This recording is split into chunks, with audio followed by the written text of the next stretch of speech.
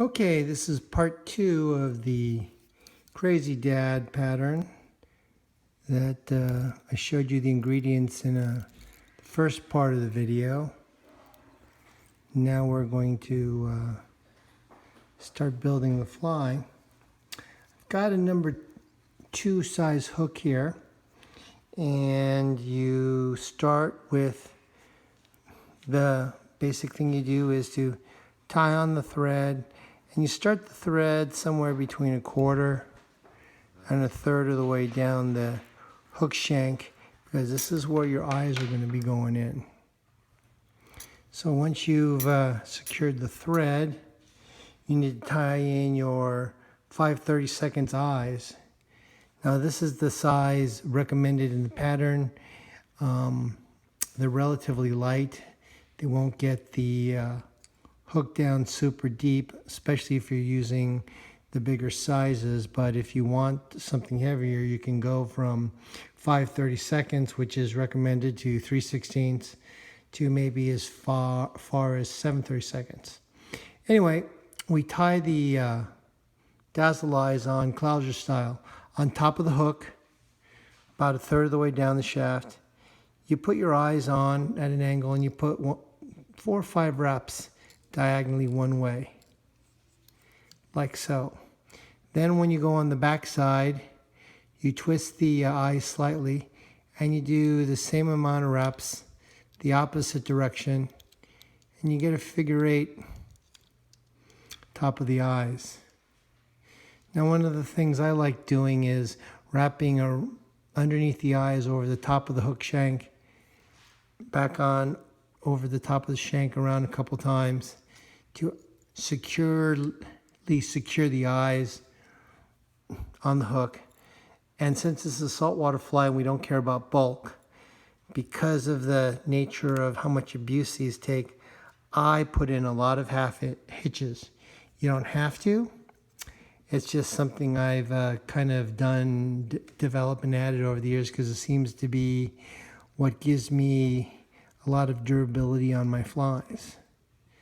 Next thing you do on this is you wrap the thread all the way down to the bend of the hook, and you bring it all the way back. What this does is this creates a base for your silly legs. Now, how long do you make these silly legs? That's been a big question. Well, if you look at the silly legs here, they're half olive and half orange. If you bend them in quarters, you see that the orange is roughly the same length as the olive. Now we're going to cut off the bottoms here so they can flow in the water like fingers. So my guess is you take about half the length of the orange you're going to expose, and make sure your olive is roughly halfway past that when you secure it, and make sure that that halfway point exposed of the olive is over the red part where you put the bend of your hook. Now fortunately, like I said, the bulk on these flies, bulkiness is not an issue. So then you'd use your normal method of securing material to the top of the hook, put a couple of wraps, and you just wrap these legs down on the top of the hook. You don't really care about balance left or right, top to bottom. Now I make sure that the legs stay on the top of the hook. And again, as I said, you don't really care if this is messy or not. You wrap the silly legs thoroughly back and forth. Trim the material. Make sure you have a solid red presence over the silly legs, because the next part of the fly, you'll see why. So wrap it all the way down, a couple wraps. Now some people have added things like flat braid, holographic mylar. You could do that if you want to put in a little more color. That's not what the pattern calls for. And it's definitely not the one we use with a lot of success down in San Diego, but I have seen it. So go back and forth a couple times. And again, like I said, we don't care about bulk. Add a half hitch to secure everything down. And you can see through here the nice symmetry of a rotary, hook, rotary vise. We've got nice bead of red back and forth. Now your craft foam from EP looks kind of like a giant feather. And if you can see it here, this is a very, very fine wire. And what they did is they put one wire down, they laid the craft fur with some masterbrite in here. You can see it, some clear masterbrite. And they ran it up and down to make a dubbing brush. Then they wrapped the second wire, twist it all up, and you got this really, really nice material here, which allows you to put any sort of synthetic you want and turn it into a feather or a body material or whatever. You can see the brown, you can see the olive, and again, you can see the masterbrite in there. And you just secure this like you would any other material on the body, in the back, because we're going to wrap it forward. And then since it's wire, again, put many, many wraps of red up and down the body because it adds weight. We don't care about bulkiness. We don't care about any of those things that would cause many, many other flies problems. Since we want this sucker to go to the bottom and we want to go quickly. Again, another half hitch to secure right behind the eyes. Now, what you need to do with this is you need to palmer the material. Palmering the material is when you wrap around the base of the hook, you make sure there's a little bit of gap between each wrap. You don't want to pile them right next to each other like a thread so it looks like body glass of a Crazy Charlie or chenille where there's no gap. But this material is wrapped with gaps. And in this distance, you want to get 4 or 5 wraps, kind of like the hackle is done on a woolly bugger or a woolly worm. You know, the feather is basically between the gaps of the chenille. You can go clockwise the same way as the thread, or you can go counterclockwise. I like going counterclockwise in this case because that way it doesn't get caught in the thread that I use to go around the shank clockwise. And doing it the opposite direction allows me to make sure that this lays on top of the body thread. So just take it around the hook.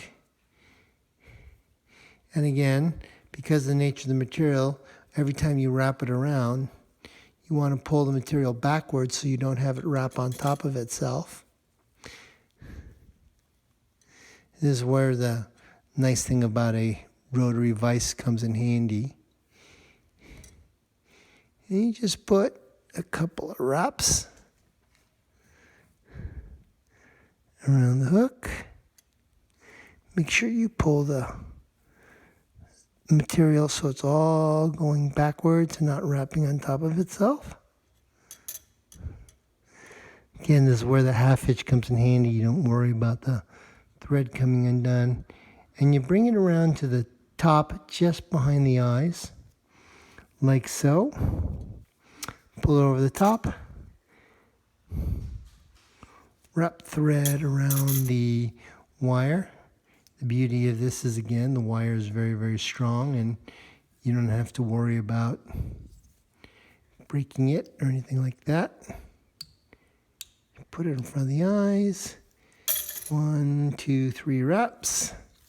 Pull the top and then trim. Boom, comes across. Now you pull all the material back behind the eyes.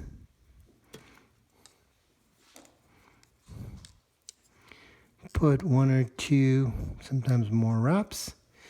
Make sure everything's behind the eyes. And then you can check the top of the eyes for symmetry. Now this one is not quite right, so we will add a few more twists. Now they're balanced left to right. Again, make sure the eyes are secured. Bring the thread to the front of the hook.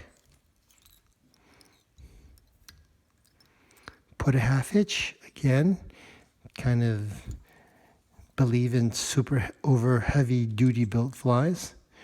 Wrap the thread a little bit. Make sure you leave head for the space for the head of the fly. Put another half hitch. And then put in the root beer tip tail. I'm assuming this thing is built similar to a Crazy Charlie, that when I turn it over, I want my kip tail length, the beard, to reach the hook point.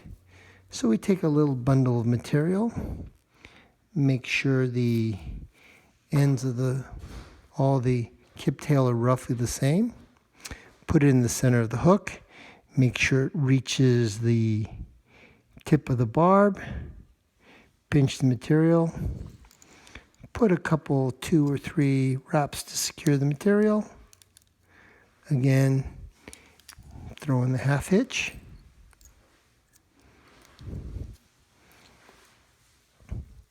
Like I said, you can't overbuild it. Pull all the hair off that is in excess. Trim. Finish building your head. Make sure you get all the excess material off.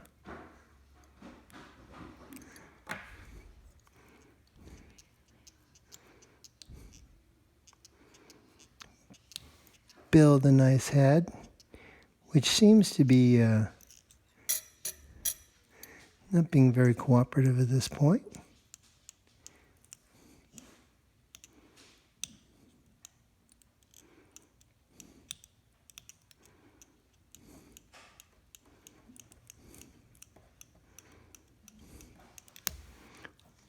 Whip finish, and you're done. By the way, this is a prime example why I like those half hitches.